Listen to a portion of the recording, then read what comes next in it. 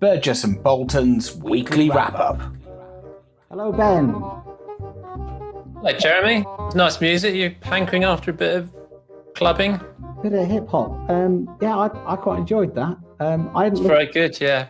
I didn't listen to it all the way through, but I think it set us up quite nicely. I think Priti Patel would have her suspicions about you, have her eye on you for maybe an £800 fine. Yeah, the other 15 people are next door, but we'll just QT. I know what's going on. Welcome everybody to this edition of Burgess and Bolton's weekly wrap-up, where we look at everything to do with the London market, technology, change, innovation, and everything else as well. Today we have a guest, which I'll look forward to introducing, Bruce Carman, a little later on. As always, we have the news, so let's crack on. So Ben, I have some news. And last week we brought you kind of the hot news that the BI claims have been upheld in the Supreme Court. But now I've had a week to kind of reflect on what the implications are about that. I read a really good article in Insurance Insider, which by Adam McNestry, if I can read that, which is really good. It kind of summarizes the case in terms of its future implications. So not just the ruling now, but what some of the implications might be. And he picks up four kind of areas. The first one being that the coverage dispute has moved up the value chain, and it's now going to be in the reinsurance space. So that kind of legal battle will continue. The fact that the verdict kind of increases the chances of adverse legal judgments for insurers in other jurisdictions. And this is something that we talked about back in October when we talked to Paul Wordley from Wordley Partnership. And he was saying that UK and law has jurisdiction over other areas. And so there are implications for other jurisdictions. So that's quite interesting. Also, the BI losses resulting from that. But I think also the final one, which I think is quite interesting, is because of the success of that action group, there is kind of, I guess, a potential for other groups to come forward and start to litigate in this way. And it's kind of, for me, set up this them and us scenario where now this is seen as the route in which to solve any disputes, rather than collaborating together and coming up with solutions that work for both parties. So yeah, it's quite interesting. Good read that. I saw that in the slipcase it came through. Yeah, and I think Adam is a really great journalist, actually, and I think he's covered the territory really well.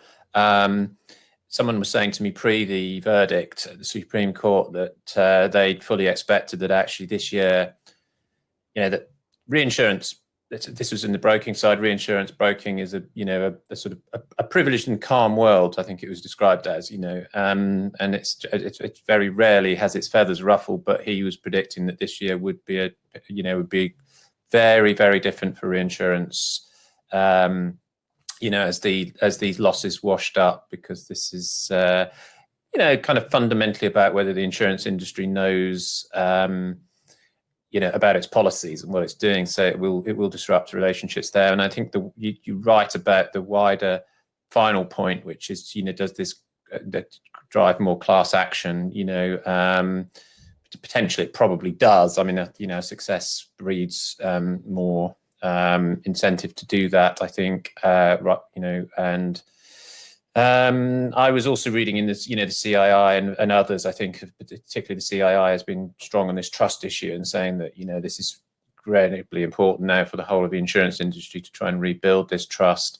It will take a while, I think, perception is reality. And I think that's one of the things that we've all got to deal with, all the minutiae, and for most people they won't be interested in the reinsurance market or what happens to the policy wordings. They'll just say, look, is it worth buying insurance? And the insurers try and wriggle out of claims, and that's not the case typically, in my view, in my experience. I think it's difficult, and I think the industry needs to sort of really come together around both simplifying what it does in these more kind of SME markets and have a think about that, and its communications and its education. I think that's really important. Yeah. Whether it will, don't know. Yeah, I'll have to wait and see on that. And I think you've also got some news, Ben, new recruits. Yeah, so Lloyd's, I think this has been a while coming, actually. So the Chief of Markets role, which John Hancock previously had, key role at Lloyd's, really in charge of all the performance of the Lloyd's syndicates, certainly very influential. And John Hancock's last actions were for many that will be painful to remember, was decile 10, where the market was, constrained in terms of the business it could write to increase its profitability. So this Patrick Tiernan from Aviva, I don't know him. Funny enough, probably nobody else does because there's no photo of him. So he has, risen without trace, as they said about John Major. And so he's new Lloyd's chief, and inevitably John Neal is thrilled by it, so he says. And he's got quite a wide role. So John Neal says he's got priorities of delivering the priorities right across the market, from customer and distribution through to underwriting, business and oversight. So this is a big job, important time. And yeah, we'll see. He's another, Hancock came from RSA, so he's another company's market man coming into the Lloyd's market. So we wonder how much that will change the thinking. Yeah, I think it will be interesting. And as we've said time and time again, I think we just need to see some stuff being delivered and some actual change. You can put your hands around and go, right, there we are. That's what it is. This is the direction of travel. And yeah, we shall see. Interesting times. Okay, let's move it on. So we do have a guest, as I mentioned before, who is Bruce Carman, Chief Underwriting Officer of Hive Aero. And while I switch his camera on, why don't I play the jingle? Guest of the week.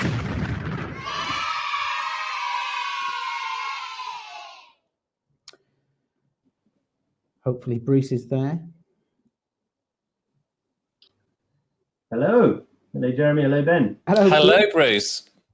Good afternoon. I'm very excited just before Jeremy does the kickoff, because we've got a real insurance person on now.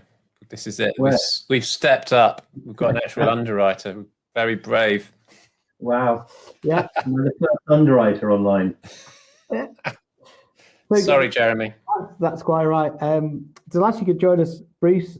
Tons of experience in the London market over the years that we're going to explore with you over the next 15 minutes or so, and especially around your new company, Hive Aero, which we'll talk about a bit later on. But I think on this show we kind of look at change and the way the market is moving and things like that. So just to kick things off, what's your view of the London market, sort of where it is today and its direction of travel? Yeah, good start point. Thank you, Jeremy, and welcome to you both. I think London market, is it the London market anymore? It's more work from home counties market, isn't it? So London's where we know EC3 is the kind of epicenter, the bait ball, if you will, being Lloyd's, and for 3 centuries plus, that's where insurance has centered, and certainly the world looks to London EC3, I think, for movement. And I think, yeah, you just mentioned Lloyd's and new arrival coming in to head up the franchise board. I think Lloyd's still is very much the epicenter of all of that. There's a reason why we have chosen to have an office, not because of the great expense, obviously, but that is where things happen. That's where the network is, and we very much want to be a part of that. So yes, adapting to the home working has been, I think, something that the market's actually embraced extremely well. I think there probably isn't a broker or an underwriter out there that would say it's been really bad for them. Their business has gone down the pan and they haven't survived, because everyone will tell you the positives of it, that insurance can work online as we are now.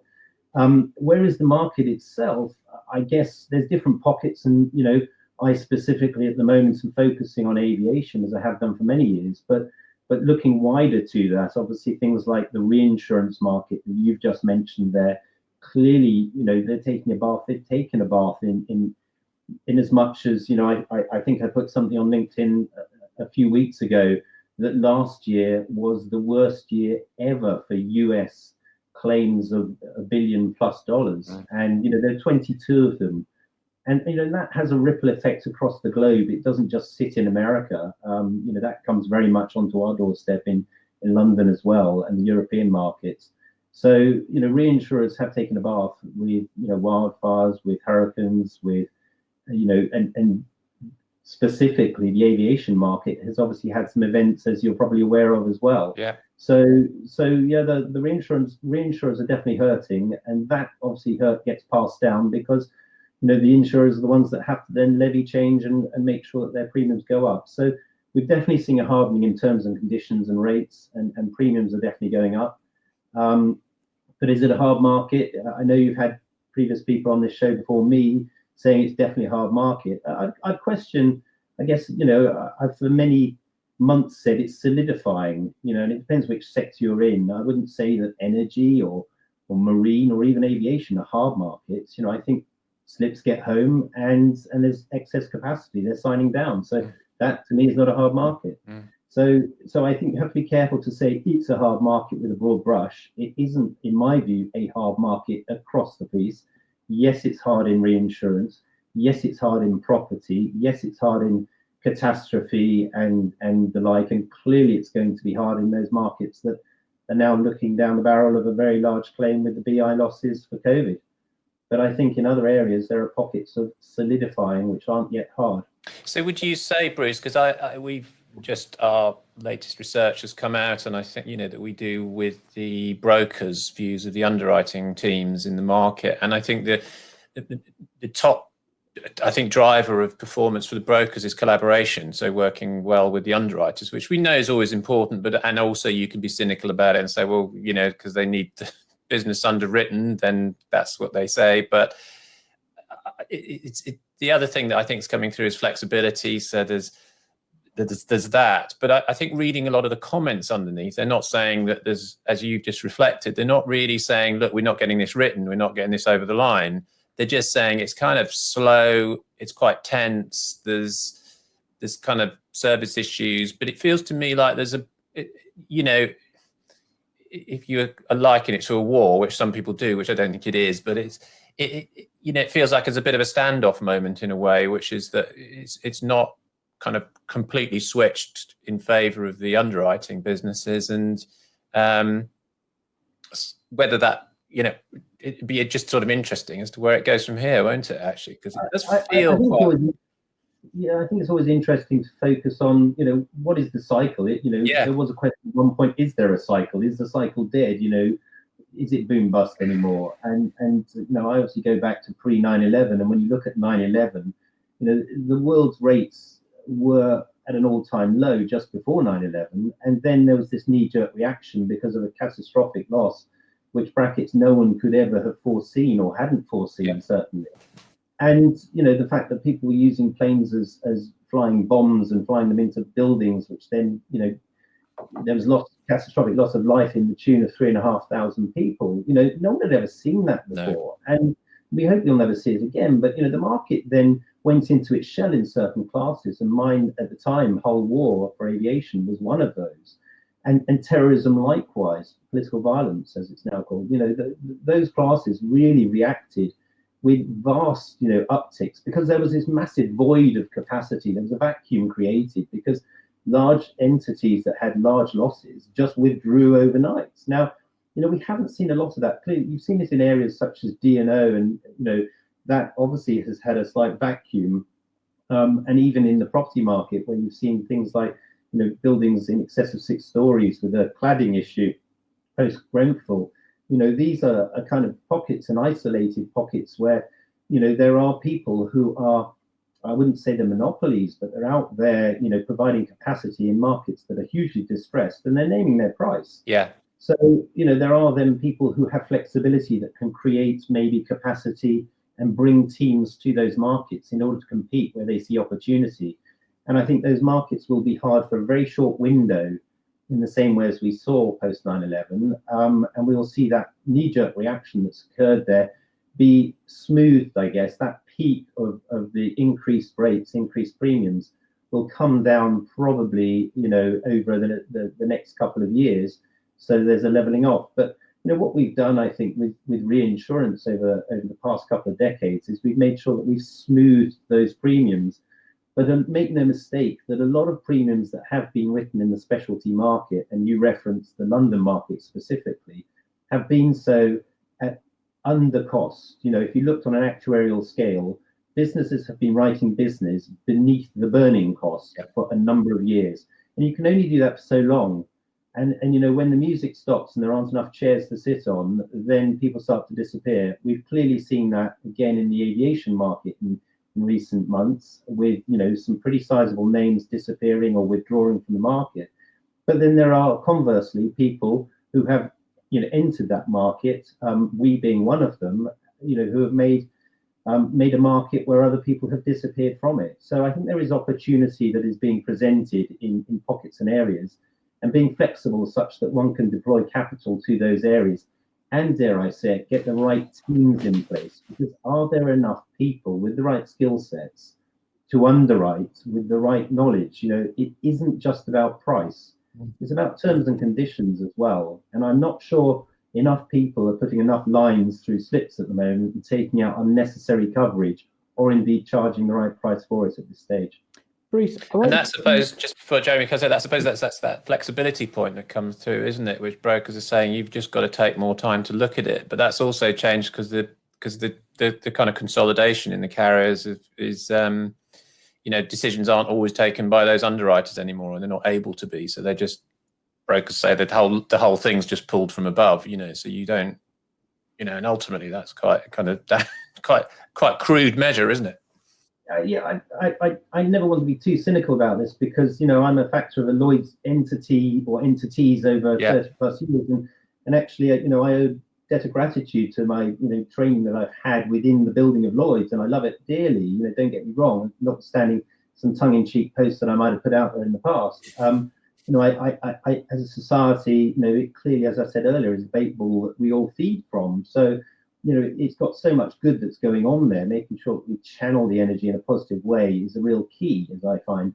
But I think one of my criticisms of businesses that I see out there are that some of them are such behemoths now. They're such large entities that the direction of change, it's a super tanker in order to turn a big business around. And by the time the engine room has got the message from the bridge, where the real direction of travel is determined, it's almost too late, because the iceberg's on. You're on top of it. And I just think that we've seen that time and time again with these big entities. Is that I'm not sure that dare I say, the traders with the pens who are at the sharp end and the coalface, I'm not sure those people really have got enough skin in the game. When they put a stamp down for a large, sizable, 100 million plus, exposure, what does it actually mean to them? And I'm not sure it really hits them in the pocket. It's a job. They go on a trip, notwithstanding COVID lockdown, they go on a trip to foreign countries and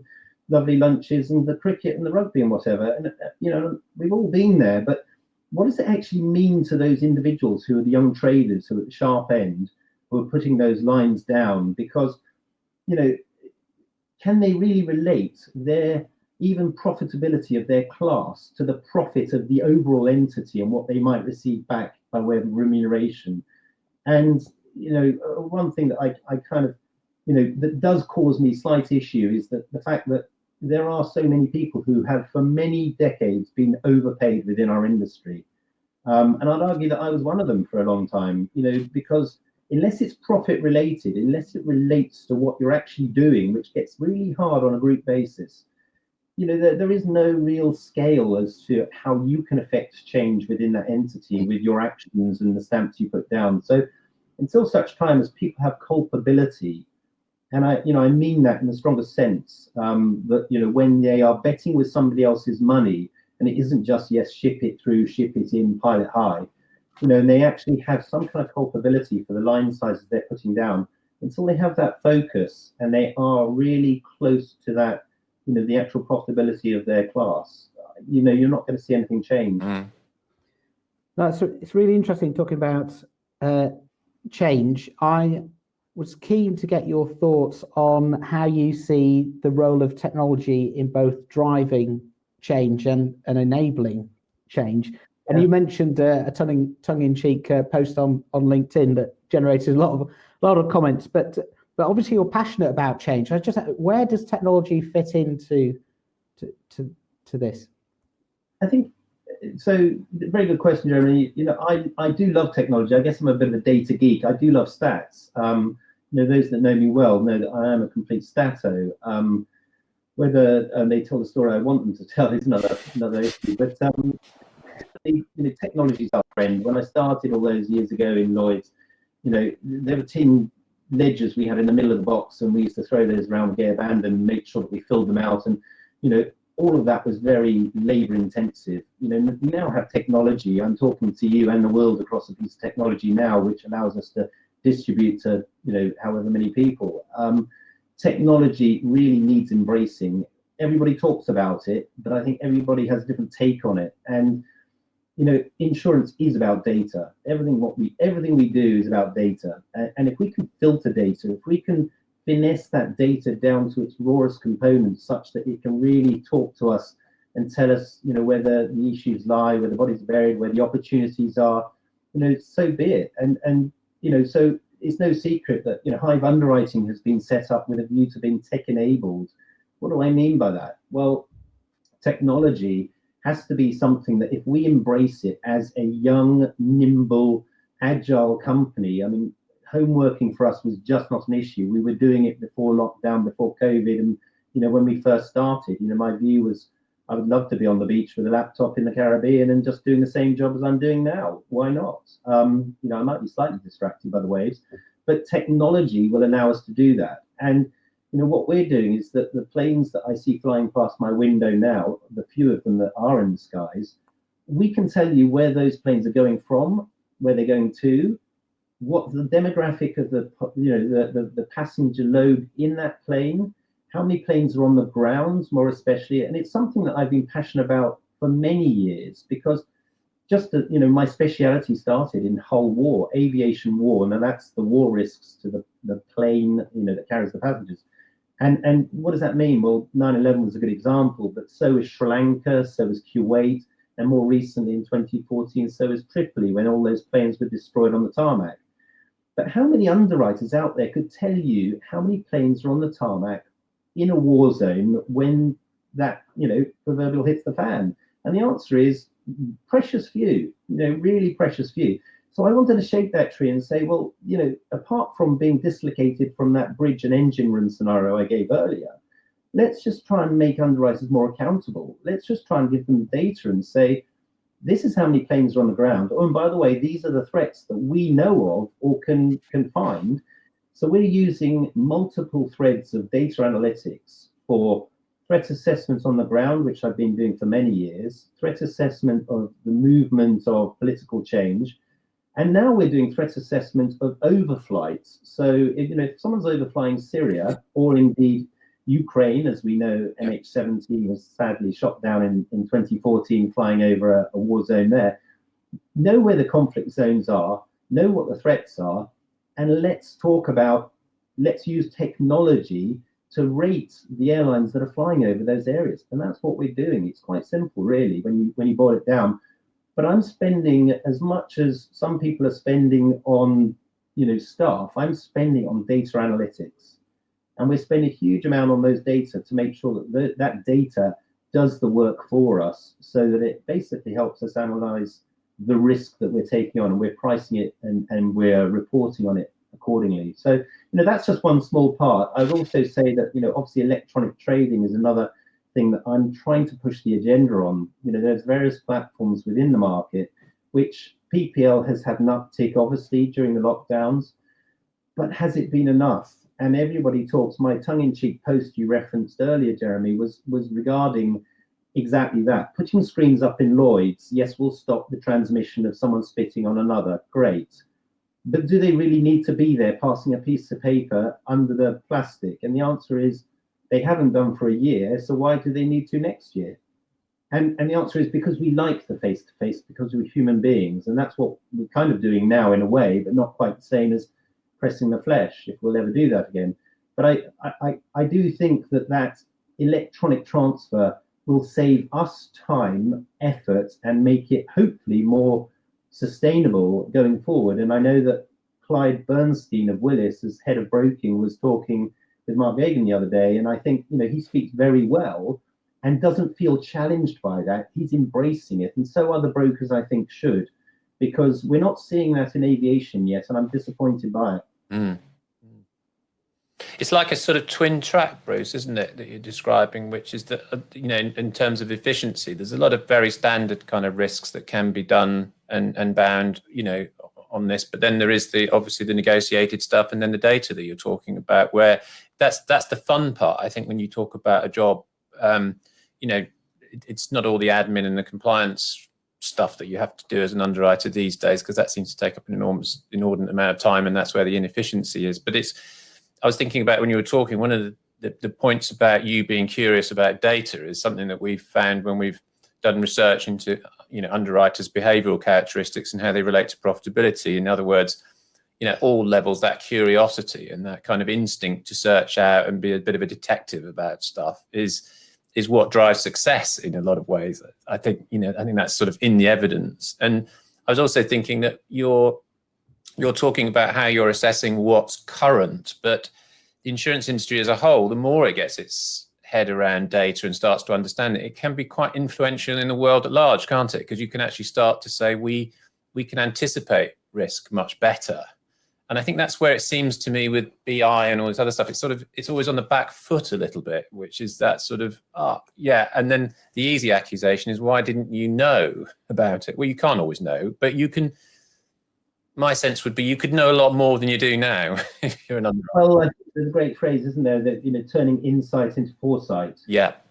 And the insight that we get, I think too much of what we do has been looking in the rearview mirror at the crash behind us, whereas actually let's focus on the road ahead, because if there's a clear road ahead with some sunny days ahead, then let's focus on that and drive towards it, knowledgeable of what's gone on behind. And I think getting our house in order and making sure that we lay down the right road ahead is key. And data analytics, electronic trading has to be the key to this. It really does. I'm not going to be the one that makes that change. We cannot force that. I call it the Uber moment. I'm flipping hate Uber. Don't get me wrong. Other people will laugh as they hear that, but it's got its failings. But it also gave a moment to the London taxi driver to say, "Hang on a minute, I'm threatened here." Now, I don't want brokers or the market to feel threatened by electronic trading, because actually it can be their friend.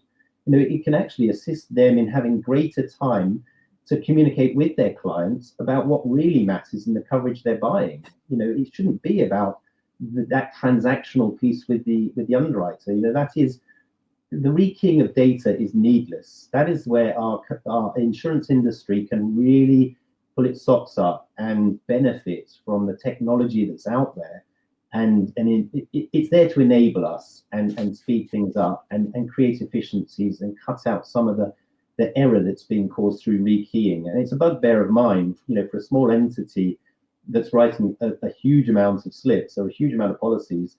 Each one of those we're now keeping data on to far greater degree than I ever did in any of my previous entities. And we're reporting on that data, but it needs to be keyed in.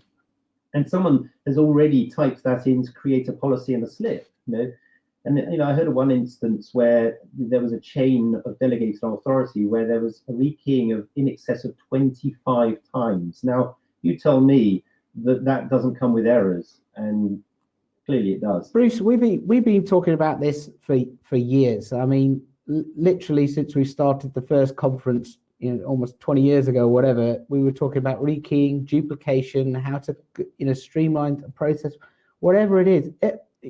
Firstly, what's the problem? What is the problem here? And And will it get solved, do you think? Have you got any solutions? Yeah, well, I think the problem, without being too mean, is turkeys tend not to vote for Christmas, because if that's how they see it, unless someone paints it a different way, they tend not to, until the turkey farmer tells them they have to. So, the turkey farmers haven't been good enough at that, I don't think, at this stage. What is the solution? It is that Amazon moment where, because of a lockdown like this, as I said, I don't think there's an entity out there that's going to say we haven't survived, we haven't done well, because those are the shops, those are the people that are selling widgets in the market that haven't survived. The insurance market has survived very nicely through what's occurred, and everyone will tell you so. Yes, we would love to get back to the face-to-face, wouldn't everybody? That's just a fact of life. But I think we can be hugely efficient, and because it's a subscription co-insurance market for an awful lot of what we do in the big ticket business, it means that everybody has to agree to change at the same time, which they aren't doing because they want it on their own terms. And so, part of the problem that you were talking about Lloyd's and its direction of change, Lloyd's has got within Blueprint 2 some very good tech enablement there. I'm not sure, it's got input certainly from key stakeholders within the managing agents, but not everybody has signed up to that. Not everybody has put into it. Everybody maybe has to march to it. But how is it going to work? Because you can create the systems, but if people don't use them because they don't want the change, and I think there's that great saying, isn't there, that nobody likes change except a wet baby. And quite honestly, people aren't voting for change. We've had huge change in our lifestyles in recent months, and nobody wanted that. We're trying to make the best of it and make do. But to say what is the next change, I think if other people start making money, listen, I can reference one thing that I've got my eye on and I really like the look of, and that is Brit's Kai Syndicate. I like the look of that because, yes, I know it's an algorithmic syndicate that's trading on the back of a full follow basis, but I like the fact that, banks for many years have had program trading platforms where they trade on margin in milliseconds, and thousands of milliseconds. And, that is the future. That's technology at its finest. I'm not saying that algorithm is going to be the lead underwriter, but if it's within a margin, 24/7, 365, that thing's trading. I love it. Yeah, I think that's a very interesting one. And also it does set, as you say, it sets the bar up, doesn't it, for everybody else? Because even if Brit Kai doesn't succeed or isn't, it'll, others will follow. Because I was thinking as you were talking, a lot of this, and my great thing is all about competition. And you said, well, if underwriters are often overpaid and that sort of thing, that really says that competition isn't working very well.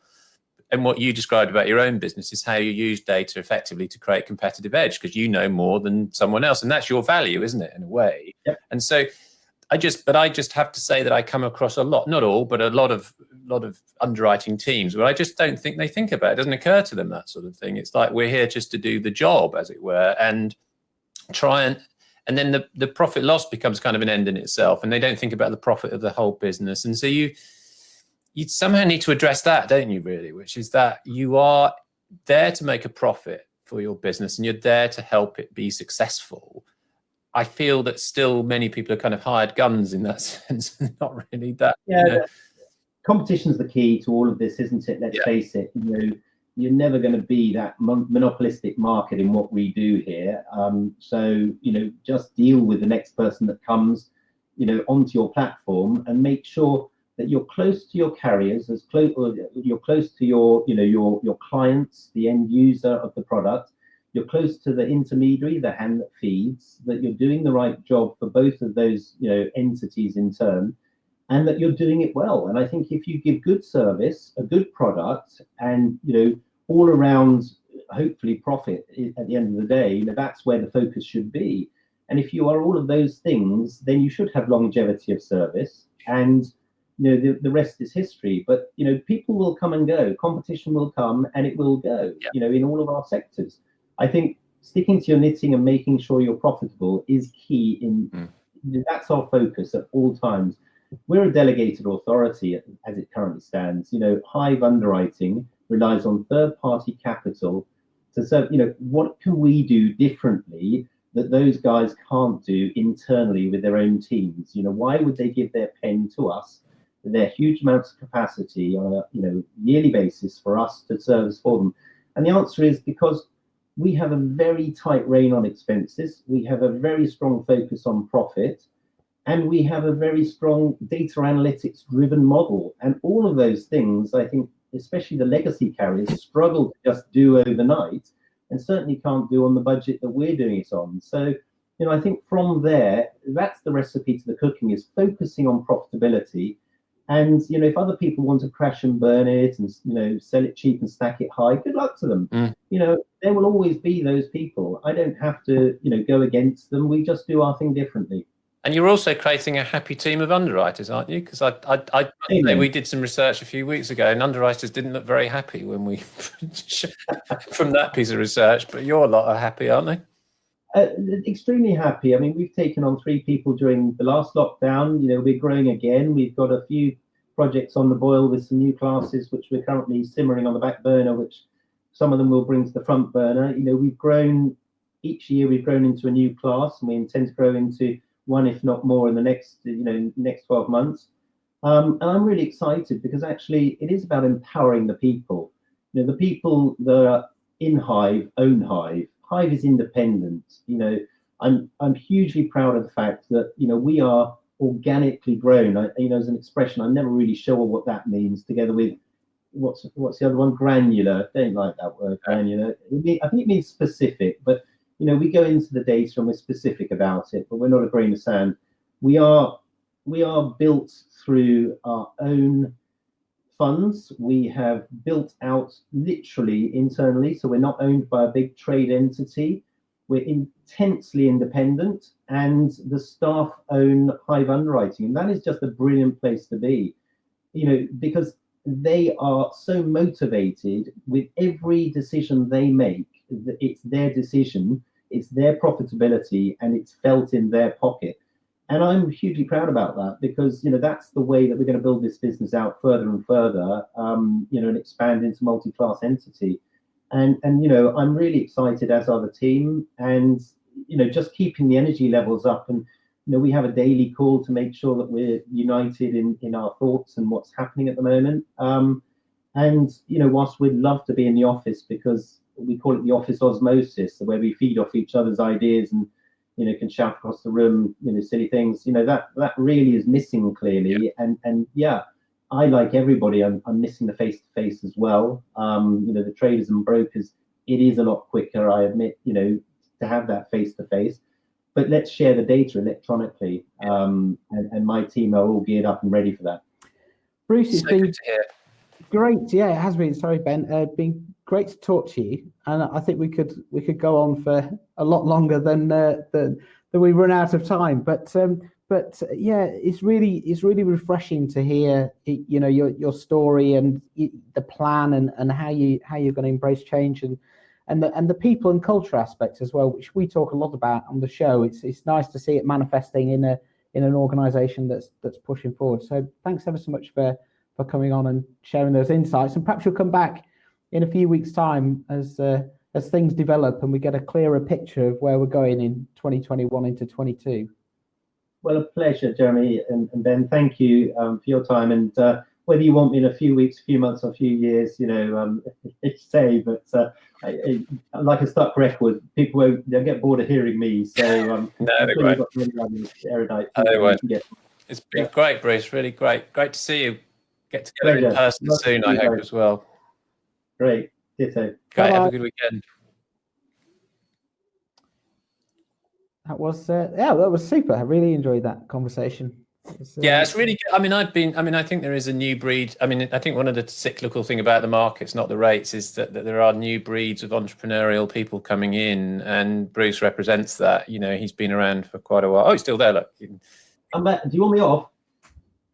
Stay. Why not? We'll change the format. Yeah, I was just going to say, Bruce, there's a kind of new breed of specialists in the market, and I think they should be always there to you know, keep the bigger boys on their toes. You know, because I think there is that the utility of businesses is that you need those big players, because they do the big digital investments and all that sort of stuff and the global things, and they provide the capacity, the larger capacity where needed. And yet the specialists, it seems to me, also have a really important role in kind of pushing on that innovation. And, there's a balance somehow there, it seems to me, always. And if you can't have one without the other. I'm mellowing with age. We've known each other for a few years now, Ben, and I think I'm mellowing. Do you notice that or not? Yeah, you are, apart from your odd LinkedIn thing. Yeah, that's fine. But I wrote a naughty LinkedIn the other day where I said to someone, that's why forecasting is rubbish, because there was a survey that had been done, which last year it said that reputation risk or something, or cyber was top, and this year, guess what? Pandemic was top. I thought of you, and I might have even quoted you from the work that we did, not on umbrellas, but on. You have to fill Jeremy on that another time. But the work you did on the Grace Church Consulting survey of underwriters. Yeah. And remember, I said, if you ask all the brokers who their favourite underwriter is, it's the one that gives them the cheapest rates and the most lunches and cricket tickets. And ain't that the way? It's like, if you bend over for me, I'm going to love you, and you're in my number one box all the time. Yeah. And I think the minute you then started asking underwriters for their choice of underwriters, or indeed, if you were to take that to another step and said, who are the most profitable underwriters, you start to look at a different category, and it's a totally different list. And Insurance Insider, you might see, have done this recently. Yeah. And I had a little chat with the kind of analyst who did the aviation thing, and he wanted to pick my brains a bit further, because I wasn't just going to let it lie. Because actually, let's face it, these things are only any good if people actually think they hold water. The minute you start questioning them, from an objective perspective, you can pick holes in them all. Yeah. But I think to say, that people are at the top of the tree for a reason, what is that reason? Is it because they're the best, or is it because they're the cheapest? And that's, I think, the question one always asks. A lot of people are very skeptical. Anyway, so long story short, the people that were at the top of the tree were, on the broking side, the general aviation brokers, because they've got thousands of that market has got loads and loads of people, both on the underwriting on the broking side. So if you did it on a straight line numbers basis, there's going to be more people voting. Yeah. So why put them in the same box with the airline underwriters? And I just said this to the guy, and he goes, "Well, that makes sense." And well, now we're starting to look at the data, aren't we? Oh, I agree. I think one of the interesting things about ours is the underlying data's been used quite a lot, but it's where you get you quite often get both brokers and underwriters naming the same people, and that's very interesting. Right. Sometimes they're the kind of iconic underwriters, but often they're the people who've built really good relationships, and there's that that thing I think really does work in the market, which is good brokers working with great underwriters is the combination you want. I think, but back to your point, so yes, I've mellowed a little bit, and I was, I think, an angry young man for many years, because I was brought up as Christine's sidekick, and she was always very acerbic about the competition. And I think, that's one way to be. I mean, let's face it, you can see I'm a Harlequin supporter, and they're not doing very well at the moment, just lost their head coach. I'm also a Liverpool supporter, and they just lost to Bolton last night. There we go. Yeah, Jeremy, well done. I thought I'd get that in for you. Behind the Pele picture is the Liverpool greats picture, but so those guys don't set out with a view to dissing the opposition. They just have to set out to be better than the opposition. And I think that's the key here, is that actually focusing on being better, being the best version of you and your entity is clearly what we, and we're nimble enough to be able to do that, certainly at this stage. So my thought process is that so long as I can tell the right story about my class of business, the challenge is telling that story about another class of business and helping sell somebody else's proposition if they're to come into Hive. And I mentioned I've got a couple of classes on a simmer at the moment. Now, they're not my specialty classes necessarily. I might know a little bit about them from my history and background, but I now have to assist in selling that proposition to carriers, in order to get the security behind it. And, for me, that's a really interesting challenge. And because I'm selling somebody else, not myself, which, is always the challenge. and then you have to kind of continue to deliver on that promise. And I think, I'm really excited about it. So just in brief, and I don't want to keep you guys all day, but what we actually want to do at Hive is build out into multi-class. So, whatever those new classes are going to be, so that we get diversification. And I call it the kitchen table leg, scenarios. My kitchen table has currently got 3 legs to it, which is a nice little tripod, and it's fairly stable. Any one of those could be knocked over, and you hope it doesn't correlate with the other 2. Bit unstable with 2 legs, I agree. So we want 12 legs to our table, so that you can knock 2 or 3 or 4 of those over, and it's still standing very healthily. And non-correlating business, such that it's diversified and our interests don't clash across them. That's a diversified portfolio, like you would want in your pension. So that's what we're going to do and continue to do. And from there, your brighter brains between you just throw this idea out you. We don't want to rely on third-party capital forever. We want our own capacity, our own capital. If conduits can go out there and convex can go out there and raise $2 and $1 billion of capital, and we've got a working model which is delivering profits with underwriters and teams already set, then our challenge is to go potentially raise funds and become our own underwriting entity with our own skin in the game. That's really good. That is good. So that's where we want to be. That's our goal. That's our kind of path. So watch it, because I don't know if anyone's done it from one small class before, but that's the genesis of this thing. Aviation war has grown into aviation war lives, has grown into aviation all risks, and our next challenge is to grow into something non-aviation, and then grow and grow and grow again, and keep doubling down to the extent that we're constantly building, yet we're totally independent. Great. Yeah, it's really interesting. And I think the staff are enthused by it. They're all in early enough, and the project. Let's see where we go. Continue focus on profits, and the rest should look after itself. I think. Definitely. Cheerio. Nice one, Bruce. Bye. It's like 2 shows in 1 from Bruce there. Good. Yeah, excellent. So what are you doing this weekend, Ben? Bike riding. Bike Bike riding, but local, very local. Yeah, I think I will get out on the bike as well. Beautiful day today. So yes, excellent. Right, that was a super show. Really enjoyed it. Thanks very much, Ben. Have a great weekend. Thanks, everybody, and see you next week. Right. Cheers, Jeremy. Have a good one. Cheers, everybody. Bye. Burgess and Bolton's weekly wrap-up.